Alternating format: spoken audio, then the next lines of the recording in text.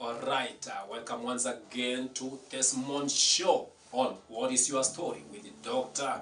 Robert. Also remember, once again, we are back. This is a program that happens every Sunday at 6 p.m. only at Romi TV Africa at Dr. Robert Osoro. So my brother, so you say that you had started this. Ulipiga ikaenda kwa wrong number. Yeah.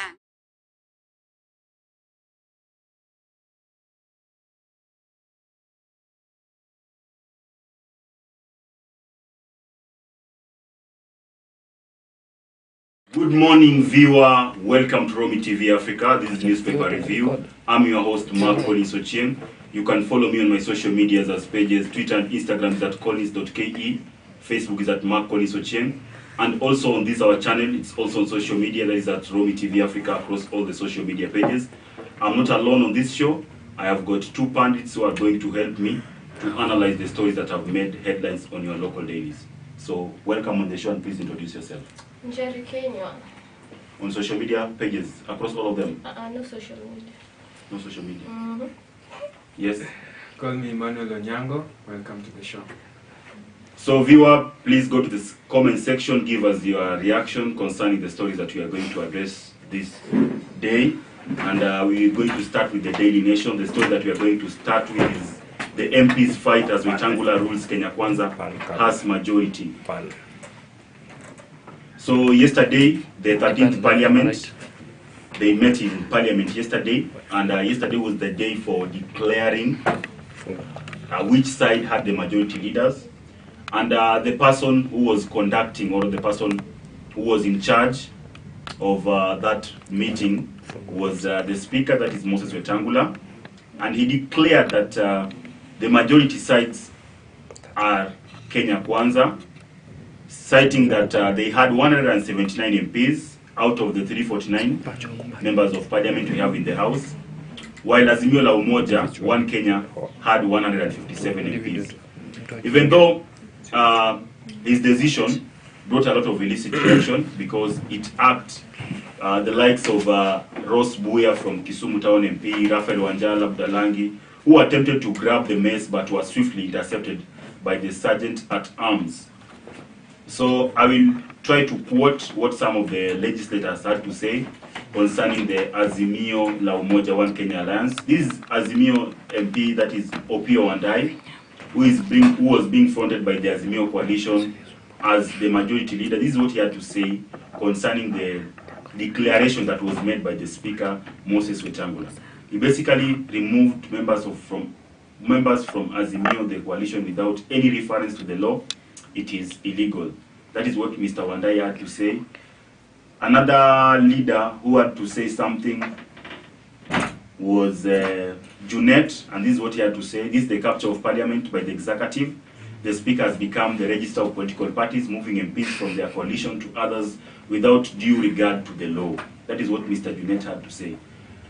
And what Mr. Wetangula had to say was this, that the attempt of a register of political parties to convey what is said to be a certified copy of the document has not made things better. Said Mr. Wetangula, the document is the same as the one tabled in the House by Mr. Junet on Tuesday this week, when the House sat for the first time after the presidential address on the Thursday. Speaker immediately dismissed speakers as inadmissible. So guys, I want your thought of reaction concerning these topics. Even yesterday, after the Speaker of the National Assembly declared that the Kenya Kwanza are the majority, so they have their way. That is, they have the majority numbers. We still saw some fracas, we still saw some mess happening in Parliament with regards to the members of Parliament from the opposition, that is Azimio la Umoja One Kenya Alliance. They still did not concur, or they still did not accept that Kenya Kwanza had majority numbers. So we were seeing some form of immaturity there because of the chaos, because of the noises that was happening. But it's unfortunate, but it is what it is. But that is how the parliament is being run sometimes by our honorable leaders, when sometimes they turn to be horrible leaders. So your thought of reaction when I start with you, Emmanuel? What is your thought of reaction concerning this story? Actually, Mr. Collins, this is what we all expected. Yeah. I think as we look at, as a matter of fact, Yes. at the moment the Kenyan government is being run by the Kenya Kwanza. Yes. And when you come to the parliament and you find that Moses Wetangula decided that it's the Kenya Kwanza that who had the majority of them. It's what the Kenya Kwanza actually needed to do, so that they can make the Azimio group, the Azimio coalition, to look as if they have no power in the parliament. Yes. And you can find that Moses Wetangula did this actually to frustrate the Azimio coalition. There is no way that you can find that Kenya Kwanza Azimio could have won that seat of the majority in the parliament, while you have the speaker of the National Assembly as you are from the Kenya Kwanza coalition. So for me, I think that this is what we all expected to see, and there's no doubt about that. What is your reaction in terms of the message that we saw in parliament with the Azimio la Umoja trying to cause fracas? That's what I'm telling you. What is your view on them? That's what I'm telling you. It's that it's what we expected. I expected by myself, knowing that there's something that is going to happen at the parliament, because the Azimio coalition was not going to allow that thing to happen. Since the time they had elected Moses Wetangula as the speaker, this thing was already seen that they kept on comparing themselves to the Kenya Kwanza government, which that in such that they are going to fight for their position. Every now and then we kept on seeing that these people kept on talking about it, but at the end of the day, if the speaker who carried the day by saying that it's the Kenya Kwanza who had the majority of the shares on that on the parliament. Okay. Yeah. Thank you for your sentiments. Jerry, what do you have to say about this story? What is your take? Wetangula. Moses Wetangula. He basically removed members of Azimio coalition from the parliament, which is contrary to the law. Yes. So, according to me, there's been a stand of members of Azimio la Umoja. They claim that they have the majority numbers, but yesterday the Speaker of the National Assembly, that is Moses Wetangula, declared that it's the Kenya Kwanza that have the majority numbers. But that one culminated, or it escalated into chaos at Parliament. We saw a lot of fracas. So what is your reaction concerning the fracas that occurred in Parliament? It was expected. That was expected. So, yeah. Okay, moving on to another story. Is a story to do with Kevin Otieno's daring mortuary act that put him into crosshair of killer squad. So there's a story here which is about the deceased, that is Kevin Otieno, who was killed. Actually, we've dealt with this story a couple of newspaper reviews that we've done before, and we've been tackling this story, but we always see that each and every day there's another new information that always comes with this story. Seems like the investigating agencies are doing their work, so we tend to see a lot of stories coming, people who are being alleged to be involved with that assassination, with that killing, and also the family, what they had to say. You see, the issue of security, right now it's being taken to the angle of politics, where it's being said that I don't know, the guy was supposed to run for a Jubilee ticket in terms of vying for the ward of MCA, but things never went the way they expected. So from there, I think he developed some enemies. So there were people who are trying to hunt him, which eventually they managed to do by assassinating him. So I don't know, guys, what is your thought of reaction considering this murder of very innocent people? In regards to the politics, in regards to the security system here in Utawala, what do you have to say? What we saw, I remember so well when I was with my colleague,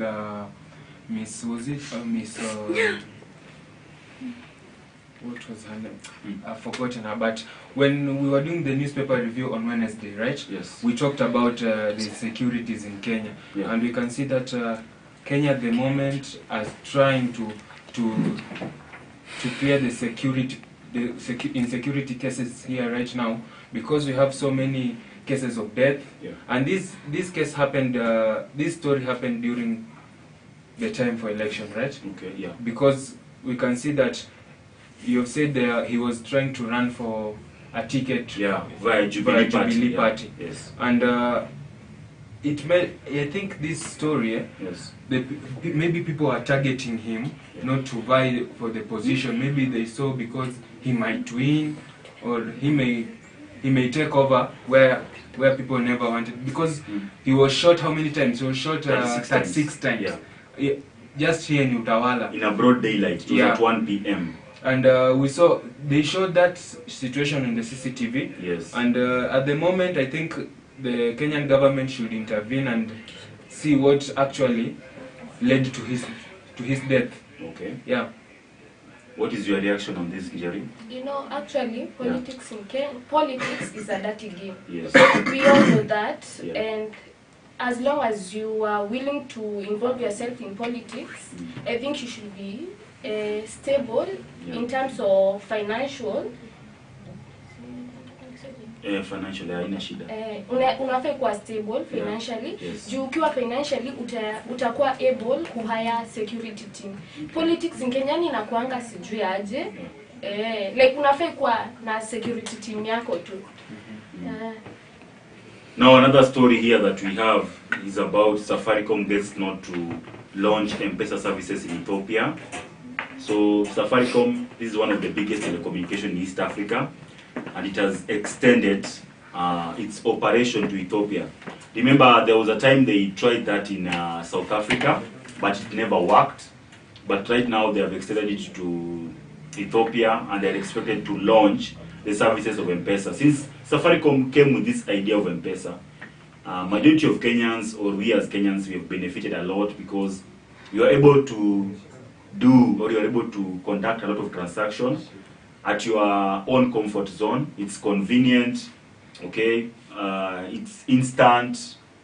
When you look at the branches are everywhere, in the apartments, in the markets, in the different areas that people live or people reside, so it's easier to access their services. So right now they have gone a top notch because they've also been reaping a lot of profit in terms of their service, and they have extended their branch in one of Africa's country, that is Ethiopia. And we are expecting their Safaricom to thrive well, to boom. We know they are going to face some competition from other telecommunication industries that are there, because each country has its own telecommunication industry. So we expect them to thrive well. And remember, this one is being done under Ndegwa, who is now the CEO of Safaricom, who took charge after the demise of Bob Colimo. So guys, what is your reaction when you hear that Safaricom has extended its services to M-Pesa? It's continuing to open branches in other countries. What rings in your mind when you hear about that telecommunication company? Business. Yeah. Rings in my mind right now. Yes. Because when you see Safaricom trying to expand their communication networks across Africa, because when you've said they tried it in South Africa, yeah, but it never worked. And now they're going to try it in South Africa. In Ethiopia. Sorry. In Ethiopia. Yeah. So I think is that the main reason why President Ruto went there, or? Yes, because yes. Yeah. We also accompanied them. Yeah. So I think the main reason as to why they are doing this, yes, they are trying to expand communication. Yes. When maybe there are some people living in Ethiopia whereby communication has been a problem. Yeah. So they are trying to make it cheaper and easier for people to communicate and also send money. That's also business. Yeah. Maybe someone is starting a business in Ethiopia. He wants to send some money here in Kenya, or people wants to support Ethiopia via M-Pesa. Yes. So I think Safaricom, as a very big company in Kenya, Yeah. one of the biggest companies in Kenya, Yes. they are going to help in the business sector. Yeah. Because when you see that President Ruto is trying to to improve the businesses in Kenya. Yeah. So when you see he went there to support Safaricom. So he is expected to be there to launch. When it's being launched, you'll be there with the Prime Minister of Ethiopia. Yeah. That is Abiy Ahmed. Abiy Ahmed, yeah. Yes. Yeah. So yeah, it's all about business actually. It's Yeah. all about business. What he's trying to do here. Yes. He wants to improve the economy of Kenya, the Yeah. relationship between Ethiopia and Kenya. Okay. Yeah. Your reaction on this story, Jerry, what rings in your mind when you hear Safaricom is extending its branches to one of the horns of Africa, that is Ethiopia? What comes in your mind? It's actually great. Yeah. It will help us in social networking Yes. with Ethiopia. Yeah. This will help our economy, yes. Yeah. Boost our Okay. economy. Yes. Businesses. Okay. Now again, another story that we are going to tackle is about at 34, Burkina's new chief is world's youngest leader. So this is a story that has occurred in Africa.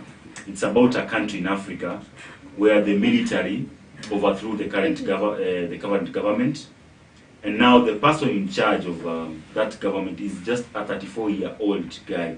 Something that has never occurred in the history of Africa. We've never seen any leader serving at the age of 34 years. This is ridiculous. This is just ironical. Something that has gone extraordinary.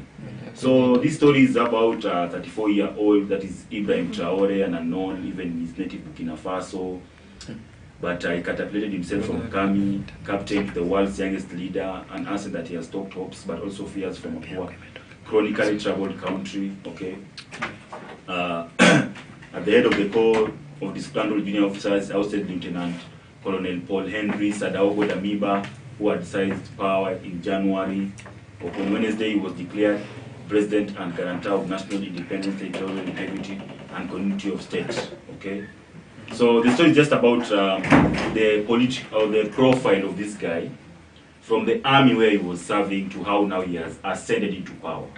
Okay, and personally, me, I might say it's a good story. It's a wake-up call for various leaders in Africa, that if you sleep in your job, if you think maybe you can decide to exercise anarchy, or you can become incompetent, you are not a leader who is accountable for your position, you don't serve people the way they are, then the army can take charge. They can decide to overthrow the government and decide to work well so that the citizen can be able to benefit. Okay? Yeah. Because now we are seeing a 34-year-old. We know he's not experienced, he's still young, he's still under the age bracket of the youths. And he might do some mistakes, not unless he considers to get advice from the leaders who are elder than him. Okay? Those leaders who have served there, the former leaders who have been president of Burkina Faso before. So you can decide to consult them to get those nuggets of wisdom in terms of leadership. So guys, I don't know what is your reaction considering this new junta chief who is the world's youngest leader. What do you have to say about this story? This guy has been seen as a leader. Yeah. Because when you read about his profile, yes, we can see that he was appointed as captain in 2020. Yes. And you can see that also in education, yeah, he's a very good person in education. Yes. We can see that it said that after Traore emerged second in his class, yeah, as a contemporary, yes, told AFP, yeah, describing him as disciplined and brave. Yes. After graduation, he yeah, gained years of experience, yeah, in the fight against the jihadists. Yeah. He served in the badly hit north and center of yes, the country, yes, before heading to posting in neighboring Mali in 2018 in the UN's MINUSMA, yeah, peacekeeping mission. Yes. When you see that there's a young leader in Africa, that encourages also the youth that they can be seen as leaders. Yeah. You know, mostly in Africa, yeah, we have seen that it's only the elderly people who, yes, are being selected because they see them as the people who have wisdom, yeah, the people who can lead the people well. Yes. And right now, this is like history making at the moment. Yes. finding that these people selected Burkina Faso selected a very young person who they know they can lead them. They have already known his profile. Yeah. He was But remember, they never went for election. It was just a military coup. Yeah, it's a military coup. Yeah. Yeah, I think I still accept Yeah. that these people, they are seeing that there's something in this guy. Potential. Yeah, he can rule. Yeah. He can lead the others Yeah. in doing something that can change maybe Burkina Faso's military force. Yeah. Yeah. Okay. Okay, me I think the citizens of Burkina, Yes. they are advantaged Yes. and disadvantaged also. They are they are advantaged in the sense of Yes. this is a young leader. Yeah.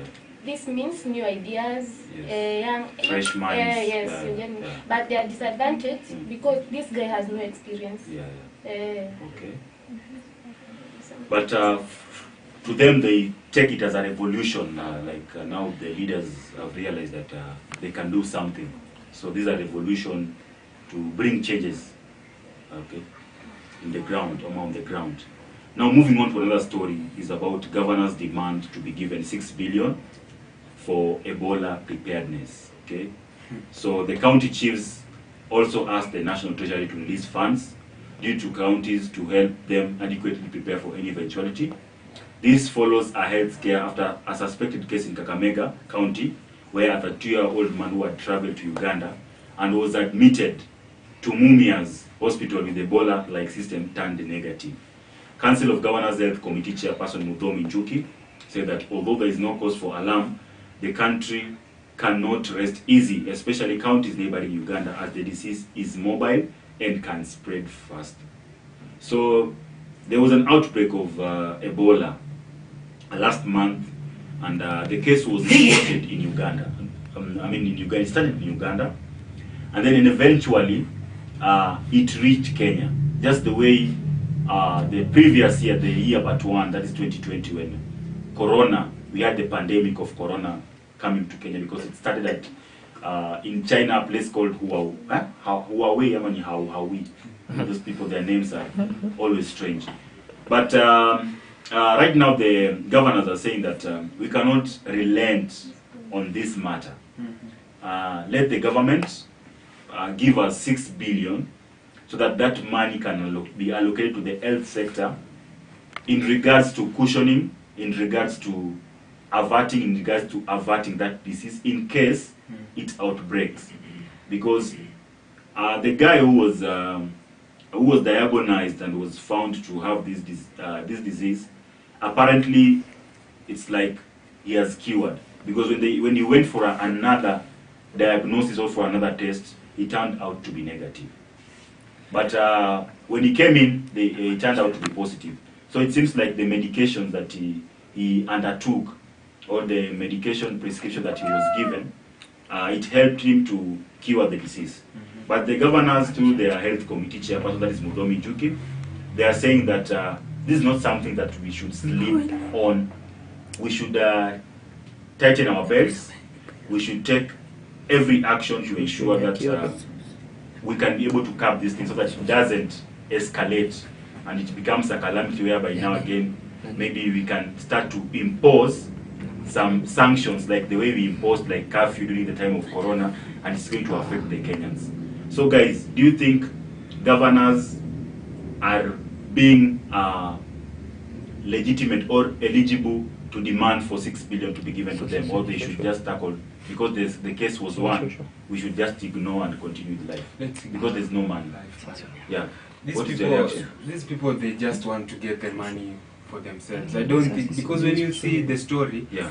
that they say that the disease is not on the border of Kenya and Uganda. Yeah. It's at the border of Uganda and DRC. Yeah. And I think these people, they just want the money to come to Kenya, to their county government. Yeah. And watakula tu bado. Okay. Watakula tu bado. But because it will remind me of the case of COVID. Yeah. Do you remember the story that the COVID saga, whereby it is said that people had eaten the money? Yeah, the KEMSA scandal. The KEMSA scandal, right. What about this situation now? But what if we ignore and then now things turns out to be worse? Like now, because with Ebola, they say that it kills you fast. You can't compare it to COVID. Unakufa haraka. For me, I just still think these people. It's not real. It's not real for me. What is your reaction? Magavana wapatiwe pesa Mimi man. feel wapewe, acha tu wapewe, but I feel 6 billion iko overrated. Iko overrated. Ni So maybe wareduce kiasi, wareduce. Maybe useme wapunguze kwa sababu hiyo 6 billion jamani. 6 billion itaenda kwa kila county ama 6 billion for the whole country. Ati kila county ipatiwe 6 billion tu ya juu ya Ebola. Okay. Kenya kuna Case pesa. moja, yeah. Imesemekana Kenya kuna pesa. Kenya 6 hakuna billion pesa. inatoka wapi kwanza? Tuanzie hapo. Wamesema no, you know they said there's no money. Gachagua said it. There's no money, in yeah. Kenya. There's no money. Where will the 6 billion come from? True. From 47 When you counties. calculate 6 billion times 47 county, our producer, how much is that? 47 times 6 billion. Then 6 billion, how much is that? How many trillions? Imagine. Those are trillions. That's a lot of money. You can't tell me that each county will receive 6 billion, 6 billion, 6 billion, 6 billion. For example, 22 trillion or billion. Look at that. Look at when you say not every county has the same population. Yeah. Nairobi has the highest population. True. So you don't expect Will they to give fit in them 6 billion? No, they can't. They can't. Yes. Go to Isiolo, they have a lower population. True. Will they will fit, actually they will fit in that 6 billion, right? Yeah. But where will the other money go? The government of Isiolo will just put it in the pocket. They will siphon. Exactly. Okay. So maybe I'll agree with her. Yeah. To say that they lower the amount. They lower the amount. Or what they do is yes. they focus in each county. Yeah. They see the population and the amount of money they're going to give out. Okay. Yeah. Now moving on to another story that we are going to tackle is about 3-man gang continues to terrorize Naivasha. There's a story here about 3 men who are in a gang who are giving the residents of Naivasha sleepless nights. Okay, they are living under fear, they are living under horror because they don't know which day maybe they will be killed or they will become victims. Okay, so posing as bank customers, they have been able to camouflage their criminal ways. As police in the past 4 incidents playing catch up, all those who have been robbed are accosted moments after withdrawing large sums from the bank. The gangster riding a motorbike appear to be well versed in the movements of their targets and strike with precision, leaving their victims in daze. Okay, it's a hardcore gang of 3 terrorizing clans. After they waylay outside the banks in Naivasha town, they are ready to shoot at the slightest provocation. So it's a very sad story here, unfortunately, that the residents of Naivasha, they cannot live in peace. Okay, they are living the situation in of fear. insecurity, my Yeah. friend. I just tell you the insecurity in Kenya at the moment is so poor. Yes. I don't know what the government is going to do about that situation. But I think also, maybe on this story, we can cite maybe the unemployment thing. Maybe it's the root cause of this, because people now are deciding to indulge into criminal activities in order to be able to earn a living, because nowadays getting a job is either you have a connection, or it's through nepotism, or it's through tribalism. So it's not easy. People are not getting the equal share or the equal cake in terms of getting jobs. So it's being said that these people, they rob bank customers. After maybe you are from the bank, you've withdrawn some money. Sometimes they pretend to be police officers who are patrolling. Then later on they camouflage to become robbers. Okay, they operate by riding a motorbike, and they always have these weapons. I don't know how they are acquired those weapons, because there's a method in which I saw that in that investigative story on Citizen about how some of the police, they are committing illegal crime by giving people weapons. There's a way, there's a money that you pay, and then you hire, then you return the weapon by refunding the money that you used to need to hire. So I don't know, guys, what is your reaction considering this? Because I don't know. Every day here on newspaper review, we must tackle stories to do with criminals. We must tackle stories to do with people who have been robbed and people who have perished because of criminal activities. I wish right now Miss Regina could be on this set. Right? Yeah. Yes.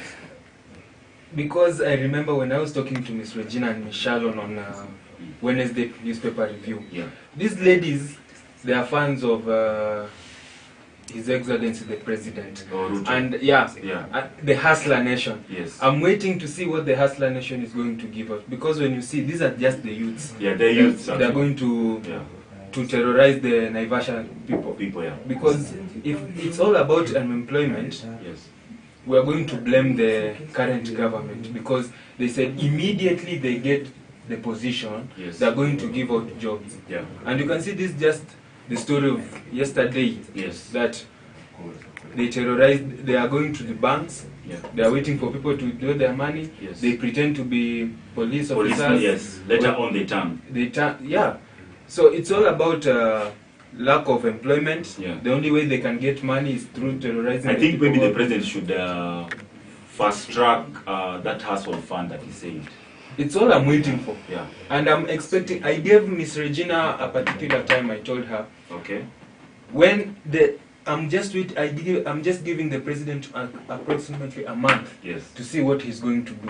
Okay. But Miss Regina just said, no, let's just give him some time, let's give him... Things are getting out of hand.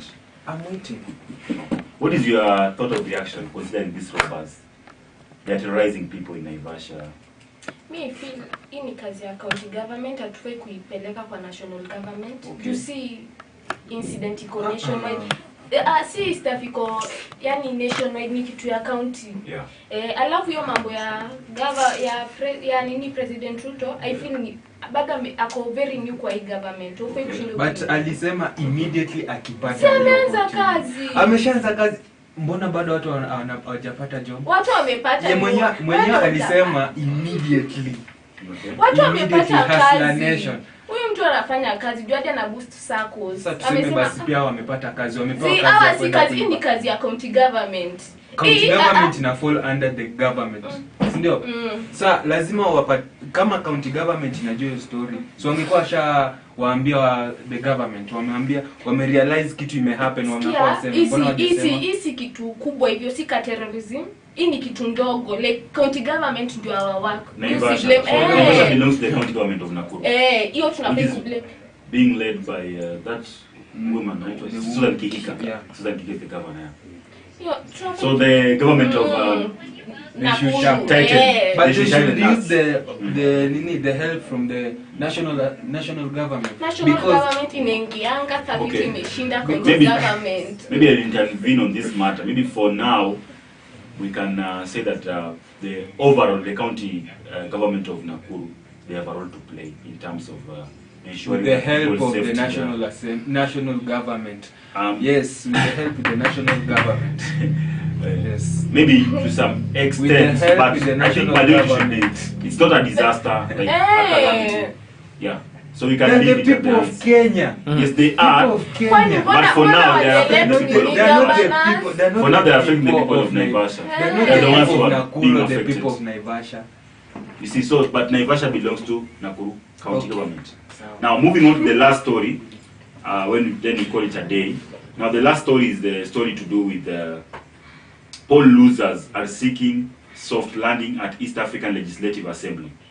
Now, this story is about various leaders who vied for various political seats, and they were not able to win those seats. So now because wanakaa kwa baridi, unaona sasa ile nyama waikuli wanakula kwa macho. So wameamua ya kwamba kitu watafanya, wataenda kuwania viti katika hii mambo ya East African Legislative Assembly. So let me cite some of them wenye inasemekana wanaweza wania. One of them wanasema ni Jubilee Party Secretary, that is Jeremiah Kioni. We have former Wajiru Mandret, that is Fatuma Geli. We have former Chachi MP, that is Asman Kamama, and among other politicians who are angling to represent Kenya at the East African Legislative Assembly. The nation understands that Mr. Jalango Midiwo, the brother to former MP Jakoyo Midiwo, is also in the race, okay? Now, wife Kalonzo Musyoka's son is also interested, okay? And then we have another UDA leader, that is former Charles Jagwa of UDA, is also interested on this seat or on this position. I don't know, guys, what is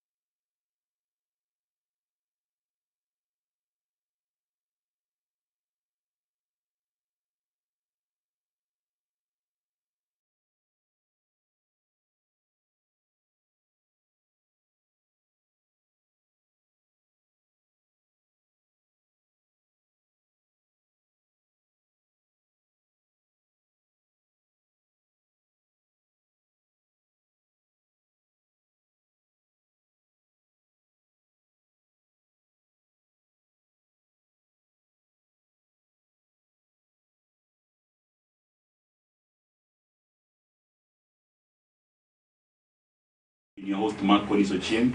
Thank you so much for watching this show. I've had my panelists here whom they're going to introduce themselves and then they close the show.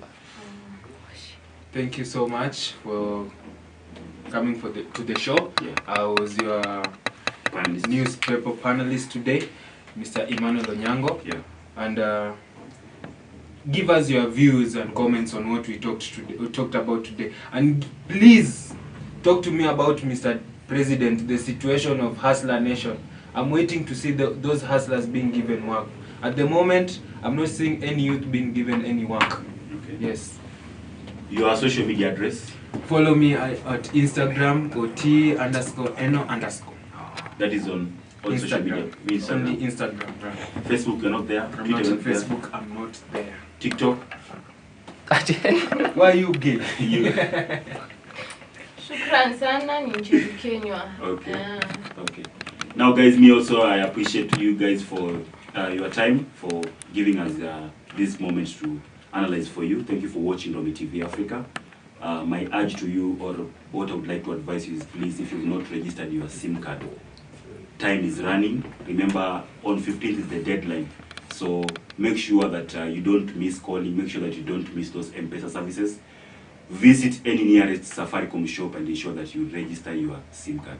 Thank you for watching this show.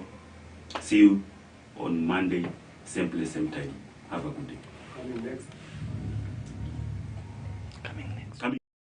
This is political camp. Yeah.